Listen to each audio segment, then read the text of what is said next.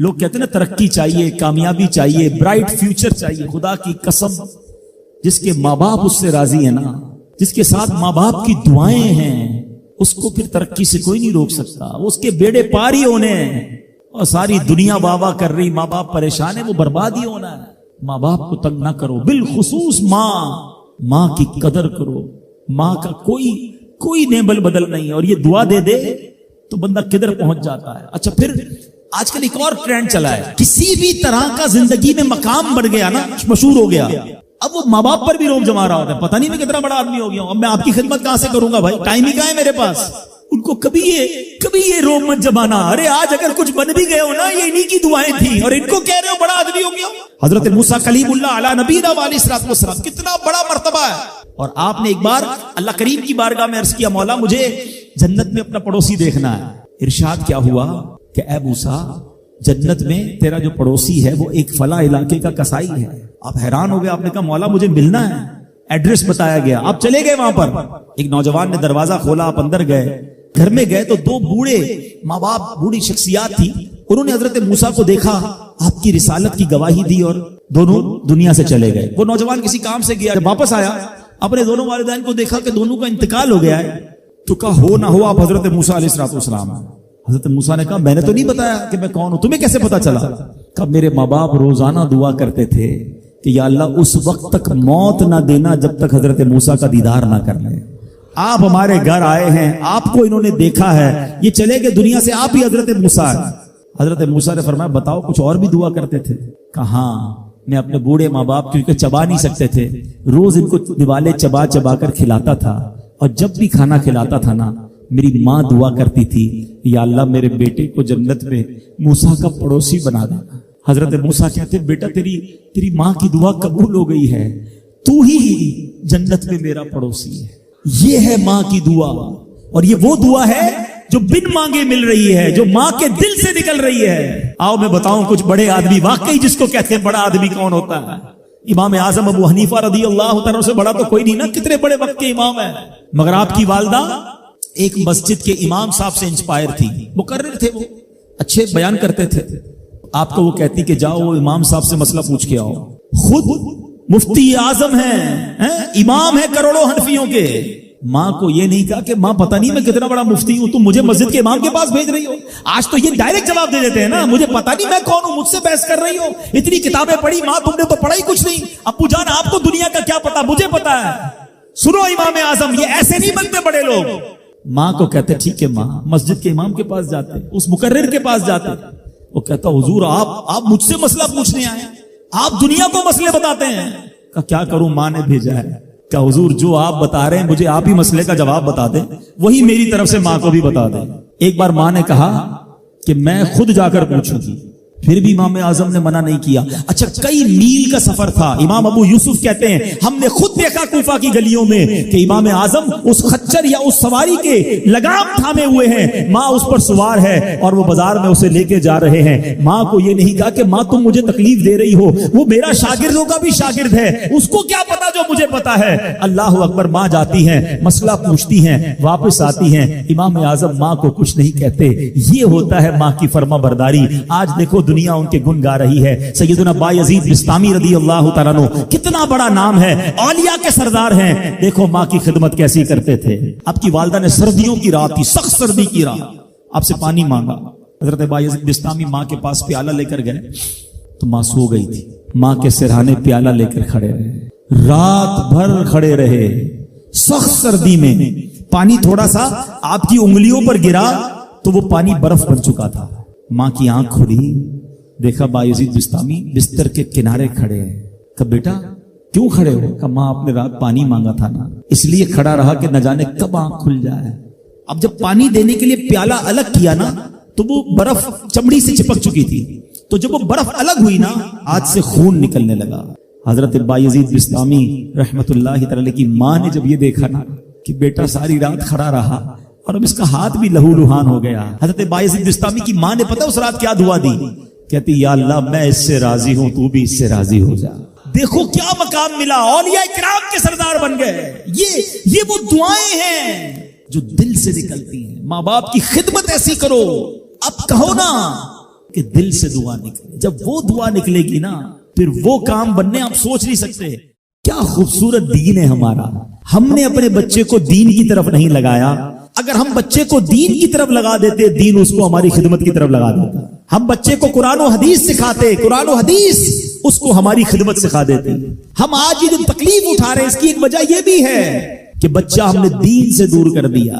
اگر آپ چاہتے ہیں کہ آپ کے بڑھاپے کا سہارا آپ کے بچے بنے, آپ کے مرنے کے بعد بھی آپ کے لیے صدقہ جاریہ بنے, تو آپ نے اپنے بچوں کو دین کی طرف لانا ہے. کچھ اولادیں وہ ہیں جن کی ماں باپ نے تربیت ایسی کی, ہم نہیں چاہتے, وہ خود رابطہ کر رہے ہوتے ہیں کہ ماں کا انتقال ہو گیا, یار کچھ کنواں کھدوانا ہے, کوئی مسجد بنانی ہے, کوئی مدرسے میں میری ماں کے لیے مجھے کچھ کرنا ہے. کیوں؟ ماں نے تربیت ایسی کی, والد نے تربیت ایسی کی, انہیں ماحول ایسا دیا کہ ماں باپ کے مرتے ہی انہیں فکر ہو گئی کہ میری ماں قبر میں اکیلی ہے, میرا والد قبر میں اکیلا ہے, اس نے روز مجھے کھانا کھلایا تھا, آج میں روز اسے ثواب پہنچانے کا کوئی انتظام کروں. یہ اس بچے کے دل میں خیال کیسے آیا؟ کیونکہ اللہ نے اسے اچھا ماحول عطا کیا, ماں باپ نے اس کو اس ماحول کی طرف بڑھایا. تو میں یہاں والدین سے گزارش کروں گا کہ خدارا اپنے بچوں کی ایسی تربیت کرو کہ بڑھاپے میں بھی تمہارا ساتھ دیں اور مرنے کے بعد بھی تمہارے لیے صدقہ جاریہ کا باعث بن جائیں. آپ کے بچے آپ کے قدموں میں رہیں گے اگر آپ نے بچوں کو دیندار بنا دیا. اللہ کرے یہ فارمولا سمجھ آ جائے نا. ہم سمجھتے بچہ میری بات مانے, میری کیوں نہیں مانتا. ارے پہلے سے اللہ رسول کی بات منانے والا بنا دو, یہ تمہاری بھی ماننے والا بن جائے گا. کیونکہ جب یہ جائے گا نا دین کی طرف, اسے قرآن ماں باپ کی طرف بھیجے گا, اسے حدیث ماں باپ کی طرف بھیجے گی, اسے علماء کرام ماں باپ کی طرف بھیجیں گے. ہم اس راستے پر بھیج دیں جہاں سے یہ بچہ مجھے واپس مل جائے. سورہ فاتحہ 100 مرتبہ پڑھ کر جو دعا مانگی جائے وہ قبول ہوتی ہے. سورہ بقرہ کی تلاوت سے شیطان گھر سے بھاگ جاتا ہے. آیت الکرسی پڑھنے سے محتاجی دور ہوتی ہے. سورہ کہف کو ہمیشہ پڑھنے والا دجال کے فتنوں سے محفوظ رہے گا. والدین کی قبر پر ہر جمعہ سورہ یاسین کی تلاوت کرنے سے اس کی حروف کی تعداد کے برابر ان کے گناہ بخش دیے جاتے ہیں. سورہ الدخان پڑھنے سے مشکل دور ہوتی ہے. جو قریب المرگ ہو اس پر سورہ جاسیہ کا دم کرنے سے خاتمہ بالخیر ہوتا ہے. سورہ حجرات کا پڑھنا اور دم کر کے پینا گھر میں خیر و برکت کے لیے مفید ہے. سورہ قاف پڑھنے سے جو باغ ہوتے ہیں ان کے پھلوں میں کثرت ہوتی ہے. سبحان اللہ. سورہ رحمان 11 بار پڑھنے سے تمام مقاصد پورے ہوتے ہیں. سورہ واقعہ جو شخص روزانہ پڑھے گا اسے کبھی فاقہ نہ ہوگا. سورہ ملک کو ہر رات پڑھنے والا عذاب قبر سے محفوظ رہے گا. سورہ مزمل کو 11 بار پڑھنے سے ہر مشکل آسان ہو جاتی ہے. سورہ مدثر کو پڑھ کر حفظ قرآن کی دعا مانگنے سے قرآن کریم کا یاد کرنا آسان ہو جاتا ہے. جو بچے حفظ کر رہے ہیں ان کے لیے زبردست وظیفہ ہے. سورہ النازعات پڑھنے سے جان کنی کی تکلیف نہیں ہوگی. سورہ دحا پڑھنے سے بھاگا ہوا آدمی واپس آ جائے گا. سورہ علم نشرح کو جس مال پر پڑھ دیا جائے اس میں خوب برکت ہوتی ہے. سورہ تین والزیتون جو ہے 3 مرتبہ پڑھنے سے اخلاق و کردار بہتر ہوتے ہیں. سورہ علق میں جوڑوں کے درد کا علاج ہے. سورہ قدر جو صبح و شام پڑھے اللہ عز و جل اس کی عزت بڑھا دے گا. سورہ بینہ برس اور یرکان کا علاج ہے. جس آدمی یا جانور کو نظر لگی ہو اس پر سورہ عادیات کا دم مفید ہے. سورہ قارعہ پڑھنے سے بلاؤں سے حفاظت رہتی ہے. سورہ تکاثر کو 300 بار پڑھنے سے جلد قرض ادا ہو جاتا ہے. کئی لوگ کہتے ہیں جناب قرض بہت ہے, چلے قرآن کا وظیفہ لے لیں. الہاکم التکاثر یہ جو سورت ہے 300 بار پڑھنے سے بہت جلد قرض اتر جاتا ہے. سورہ عصر پڑھنے سے غم دور ہو جاتا ہے. سورہ ہمزہ اور سورہ فیل دشمن کے شر سے حفاظت کے لیے اور سورہ قریش جان کی حفاظت کے لیے بڑی مجرب ہے, بڑا کمال کا وظیفہ ہے. سورہ ماعون بڑی مشکل کے وقت میں پڑھنا بہت مفید ہے.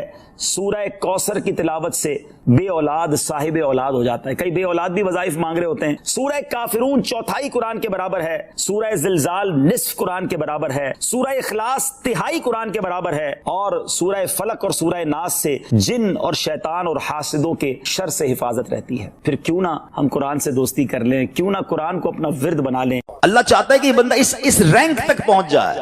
اللہ اس پر آزمائش بھیجتا ہے تاکہ میرا بندہ صبر کر لے تو اس کو وہ مرتبہ عطا ہو جائے. ہائے ہائے, یعنی آزمائش مجھ پر میرے رینک بلند کرنے, میرے درجے بلند کرنے آئی, اور ہائے میری بے صبری کہ میں نے وہ سب ثواب ضائع کر دی. نہ کریں میرے پیارے اسلامی بھائی, مشکلیں آتی ہیں. اچھا پھر پتہ ہے پرابلم کیا ہے ہمارا؟ ایک اور بڑا ایشو ہے, ہم کسی کو مسکراتا دیکھتے ہیں, کسی کو اچھے کپڑے دیکھ لیتے ہیں, کسی کی بڑی گاڑیاں دیکھ لیتے ہیں, کسی کا بڑا گھر دیکھ لیتے ہیں, ہمیں لگتا ہے یار یہ کتنا مزے میں, یار میں ہی اکیلا پریشان ہوں. یہ آپ کی بھول ہے. ایک بات یاد رکھیے گا, زندگی کی گاڑی مسائل کے پہیوں پر ہی چلتی ہے. امیر کے مسئلے اور ہیں, غریب کے مسئلے اور ہیں. شہرت جس کو ملی ہے نا اس کے پرابلمز اور ہیں. جو غیر معروف ہے اس کی پرابلم اور ہے. زمانے میں ہر کسی کو کچھ نہ کچھ ایشو ضرور ہے. یہ نہ سمجھے کہ یار یہ اتنا مسکرا رہا ہے, کیا پتہ اس مسکراہٹ کے پیچھے کتنے دکھ چھپائے بیٹھا ہے. آپ یقین کریں, بلیو کریں, ایسا نہیں ہے کہ سب لوگ 100% خوشحال ہیں. پرابلم سب کے ساتھ ہوتے ہیں. میں کیا کیا بتاؤں آپ کو, ہمارے پاس تو لوگ دعائیں کروانے آتے ہیں نا, ایسی پرابلم بتاتے ہیں کہ پیروں سے زمین نکل جاتی ہے. بعض اوقات ہم اتنے بڑے گھر میں جاتے ہیں, اس کی گاڑیاں کروڑوں روپے کی کھڑی ہیں, ان سے ملاقات ہوئی, وہ کہتے ہیں حضرت آپ سے ایک الگ سے دعا کروانی ہے. جب وہ بیچارہ اپنا مسئلہ بتاتا ہے نا, ہمیں لگتا ہے یار ہمارا تو غم ہی کچھ نہیں ہے, کتنی بڑی آزمائش سے گزر رہا ہے, کتنی بڑی پرابلم سے گزر رہا ہے. میں آج کی آپ کو مثال دیتا ہوں. ایک ہمارے بہت اچھے بھائی تھے, آج سے کچھ عرصہ پہلے انہوں نے ہمیں ایک ماشاءاللہ پراپرٹی دعوت اسلامی کے لیے بچیوں کے مدرسے کے لیے دی, اور اس کے چند دنوں بعد ان کا وصال ہو گیا. ان کو بیچاروں کو کینسر تھا. میں ان کے گھر پہ دعا کرنے گیا. ان کے بیٹے نے مجھ سے جب گلے لگانا تو بیٹا رونے لگا. اچھا میں سمجھا کہ بیچارہ اپنے والد کو یاد کر کے رو رہا ہے, ظاہر ہے 16 دن پہلے انتقال ہوا. اندر گئے, دعا کی, اس کے بعد میرے کان میں کہتا ہے کہ عبدالرحیم بھائی اس وقت میری زوجہ ہاسپٹل میں ہے. میں نے کہا کیا ہو گیا؟ کہ میری وائف کو بلڈ کینسر ہو گیا ہے. والد کا کینسر میں انتقال ہوا ہے. اللہ نے بڑا نوازا ہے ان کو, جیولرز ہیں. لیکن میں یقین کریں, میں آپ کو سچ بتا رہا ہوں, میں گاڑی میں بیٹھ کے میں بھی رونے لگا, کیونکہ وہ بندہ جب مجھے چھوڑنے آیا نا پھر میرے گلے لگ کے رو رہا تھا. میں سوچنے لگا یار کتنا دکھ ہے لوگوں کو, اللہ نے کتنی بڑی ہم پر مہربانیاں کی ہیں. اگر مجھے کوئی بڑی بیماری نہیں ہے, میرے بچے میرے ساتھ ہیں, میری فیملی میرے ساتھ ہے, نہیں چاہیے یار دنیا کے سارے اللہ تللے نہ ملے اتنی ساری لگژریز, صحت سے بڑھ کے کچھ نہیں ہے, مگر ہمیں اس کی قدر ہی نہیں ہے, ہمیں اس کی کوئی اہمیت کا اندازہ ہی نہیں. پوچھو ان سے, کروڑوں روپے ہیں مگر علاج نہیں ہو پا رہا, ڈاکٹر بعض اوقات مایوس کر دیتے ہیں. کتنا تکلیف میں ہیں لوگ, اور ہم ہیں کہ چھوٹی چھوٹی باتوں پر بے صبری. صبر تو کریں, اللہ کی رضا پر راضی تو رہیں. میں نے آپ کو خاندان نبوت کا واقعہ سنایا, ارے کھانے کو کچھ نہیں ہے. کاش یہ بات ہمیں سمجھ آ جائے اور ہم ہر حال میں اللہ کا شکر ادا کرنے والے بن جائیں. اور ایک اور میں آپ کو بات بتاؤں, ہم جو دنیا والوں کو بتاتے ہیں نا, ہوتا کچھ نہیں ہے اس سے. مت بتایا کرو دنیا والوں کو, صحیح بتاتا ہوں, مت بتایا کرو, اپنے غم مت بتایا کرو, ثواب بھی چلا جاتا ہے. اور بعض اوقات یہ دنیا والے نا ہمارا مذاق بھی اڑاتے ہیں. ہم جب کسی کو اپنا پرابلم بتاتے ہیں نا, ہمارے سامنے تو بڑے اچھے بنتے ہیں کہ اچھا ٹھیک ہے میں کرتا ہوں کچھ, بعد میں جا کے دنیا میں باتیں کرتے ہیں, آیا تھا میرے پاس ہے, اس کا یہ مسئلہ ہے, ہاں باتیں بڑی کرتا ہے, بڑی پرابلم میں ہے. کیوں بتاؤں میں دنیا والوں کو؟ نعت کا شعر ہے نا, کسی کا احسان کیوں اٹھائیں, کسی کو حالات کیوں بتائیں, کیوں بتاؤں میں دنیا والوں کو مجھے کیا غم ہے نا. میرے آقا سلامت رہے ہیں, اللہ کے حبیب علیہ الصلوۃ والسلام ہیں, اور رب عز و جل کی بارگاہ ہے, میں ادھر عرض کروں نا. کسی کا احسان کیوں اٹھائیں, کسی کو حالات کیوں بتائیں, آقا تم ہی سے مانگیں گے تم ہی دو گے, تمہارے در سے ہی لو لگی ہے. ہاں اللہ رسول کی بارگاہ میں عرض کیا, ادھر آنسو بہاؤ, نہ بتاؤ دنیا والوں کو. ایک اور کمال کا شعر ہے کہ دنیا والے تو درد دیتے, دنیا والے تو درد دیتے ہیں, زخمی دل کی دوا مدینہ ہے. تو جب دنیا والوں نے کوئی ہمارا بھلا کرنا بھی نہیں نا ان کے ہاتھ میں ہے, شفا دینے والی ذات میرے رب کی, برکت دینے والی ذات میرے رب کی, تو اللہ سے ہی باتیں کرو نا. تو آج سے یہ ذہن بنا لے میرے پیارے اسلامی بھائی, مشکل آنی ہے تو صبر کے ساتھ وہ وقت گزارنا ہے, اللہ کی رضا پر راضی رہنا ہے. وہ بڑا کریم ہے, وہ اپنے غیب کے خزانوں سے آپ کو عطا فرمائے. توجہ بیان کی طرف رکھیے گا. اور اب آتے ہیں اس پورے واقعے سے ایک اور خوبصورت بات جو ہمیں سیکھنے کو ملی, اور وہ بات کیا ہے کہ نبی پاک کے خاندان کی سخاوت کیسی تھی. مولا علی شیر خدا کے پاس صرف 6 درم تھے, آپ نے وہ سب کے سب دے دیے. مگر آج حال یہ ہے کہ لوگ اپنی زکوٰۃ ادا نہیں کرتے. آج زکوٰۃ لوگوں کو بھاری پڑنے لگ گئی ہے. جب کیلکولیٹ کرتے ہیں کہ جناب کروڑوں روپے زکوٰۃ, تو اس کے بعد ان کو بھاری لگتی ہے. نہ کریں ایسا. یہ زکوٰۃ مال کا میل ہے, اور اگر یہ مال کا میل آپ کے مال سے جدا نہ ہوا تو یہ آپ کے مال کو بھی میلا کر دے گا. ایک بات یاد رکھیے گا, سرکار دو عالم صلی اللہ تعالی علیہ وسلم کا یہ فرمان ہے, اپنی زکوٰۃ ادا کر کے اپنے مال کو مضبوط قلعوں میں قید کر لو. اگر میں اور آپ چاہتے ہیں نا کہ میری آپ کی پراپرٹی سیکیور رہے, ہمارے مال و اسباب سیکیور رہے, تو حدیث پاک میں تو فارمولہ موجود ہے کہ اپنے مال کو زکوٰۃ دے کر مضبوط قلعوں میں قید کر لو. لیکن یہاں زکوٰۃ دینے کے لیے تیار نہیں لوگ, لمسم نکال دیتے ہیں, کیلکولیٹ نہیں کرتے. یاد رکھیے یہ مال ہی عذاب بن جائے گا اگر آپ زکوٰۃ پوری ادا نہیں کرتے. اگر ہمارے پاکستان میں سارے سرمایہ دار کچھ نہ کریں, اپنی زکوٰۃ پوری ادا کر دیں, سارے زمیندار اپنی زکوٰۃ پوری ادا کر دیں, آپ اپنی آنکھوں سے دیکھیں گے کہ غربت کتنی جلدی ختم ہوتی چلی جا رہی ہے. میں نے ایک بار کیلکولیشن کی, ذرا سنیے گا. پاکستان زرعی ملک ہے, ٹھیک ہے, اور اس کی زراعت کی جو کیلکولیشن ہے وہ انٹرنیٹ پر موجود ہے. You can search your self. آپ چیک کر لیں کہ 2023 میں پاکستان کی ٹاپ 20 کراپس کون کون سی ہوئی ہیں. آپ انٹرنیٹ پر خود ڈھونڈ لیں, آپ کے سامنے اس کراپ کی کیلکولیشن بھی آ جائے گی کہ اتنے ملین ٹن, اتنے جناب کروڑ